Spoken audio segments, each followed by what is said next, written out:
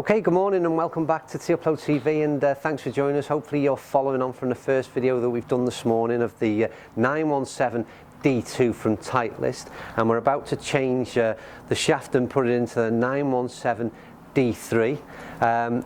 Simple observation is this is a smaller club head, probably less forgiving but aimed at lower spin rate, and this is all about optimal performance and distance, controlling the golf ball, and whether or not the average golfer can do that in this smaller headed driver remains to be seen, but we're going to soon find out. So as ever, we'll switch the camera positions, get this shaft switched over and start hitting some golf balls. Right, okay, we're all good to go. Same shaft option, and I still can't say that. How do you say it, Joe?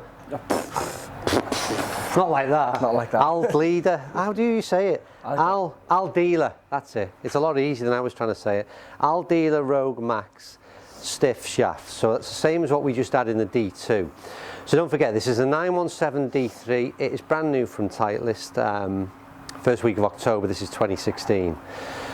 Same technology as what is in the D2 in terms of this SureFit CG channel, which is a little channel that's at the back of the club head where there's interchangeable weight system that allows you to optimize CG and also the spin performance of the club head as well, and also changing that sort of draw fade bias.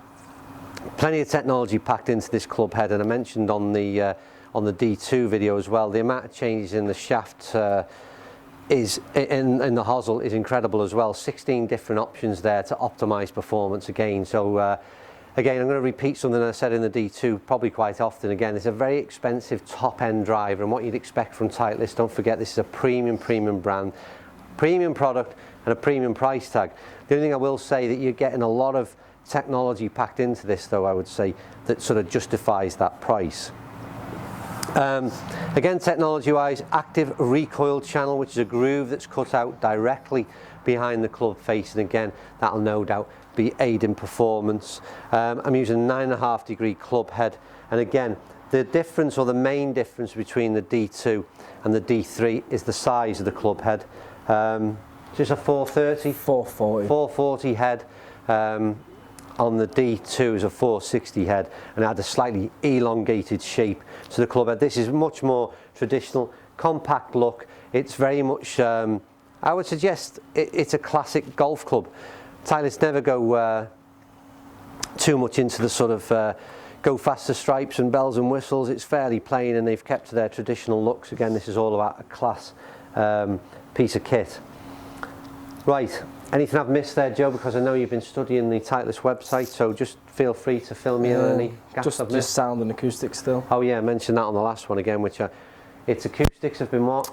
Frequencies have been tour validated to inspire confidence and enhance feel. Yeah, which I quite like. That can't work out how the heck they've done that or how they make the claim, but I don't suppose that's by the by really. The important thing is, I do think sound, for me personally, off the club face makes a massive deal to me in my whether I like a club or not. There's a couple there that are literally like gunshots going off, and they're really offensive to me, and put me off the club straight away. I'm that shallow. But obviously it plays an impact, otherwise Titleist wouldn't have gone to the trouble of having the acoustics frequencies tour validated, would they? Yeah. So there you go. Right.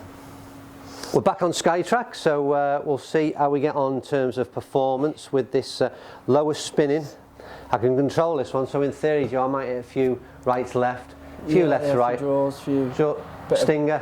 Top spin and that, all that works. Or I might just give it a good old wallop. Yeah. Right, here's the first good old wallop. That's a good start, Joe. It was nice. Again, the acoustics claim I love, because I love the sound of the club, which is maybe a strange thing to focus on, but I do. It sounds superb off the club face, and like they say, it breeds confidence. You know, you hear that, and I don't know, I like it. It resonates in feel. How'd you do, Joe? 206 carrying 235. So, not the best in terms of overall distance.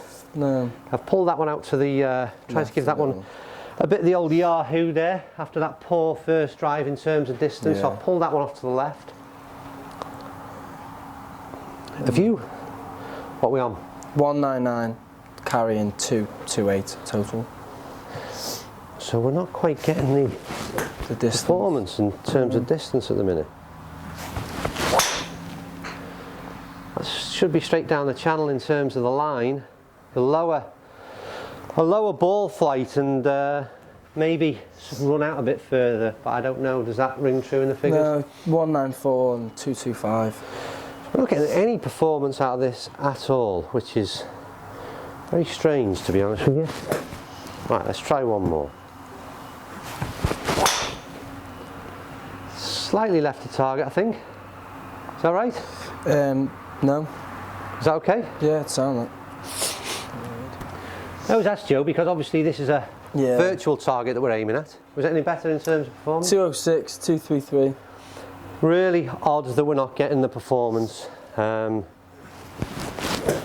Let's try one more because these don't seem to be.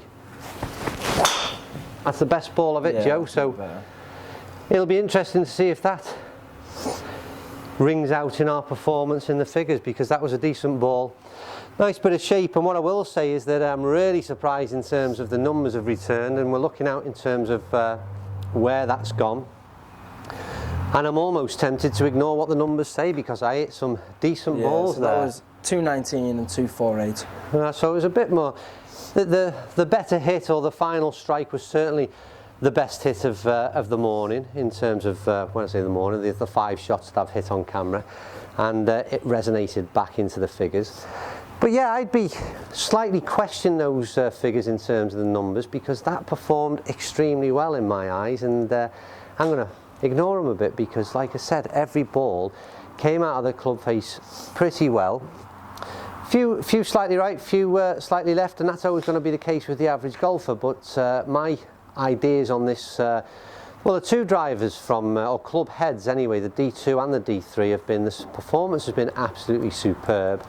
Every claim that's made on the website in terms of the technology is sort of rung true for me, and it made a lot of sense. We get a lot of bold claims with some fantastic names that they put on these pieces of technology that don't never make a great deal of sense to me, but what they've said on the Titleist website and the technology in this club head certainly makes sense in terms of performance, and I'm a real keen admirer of this new range of the 917s.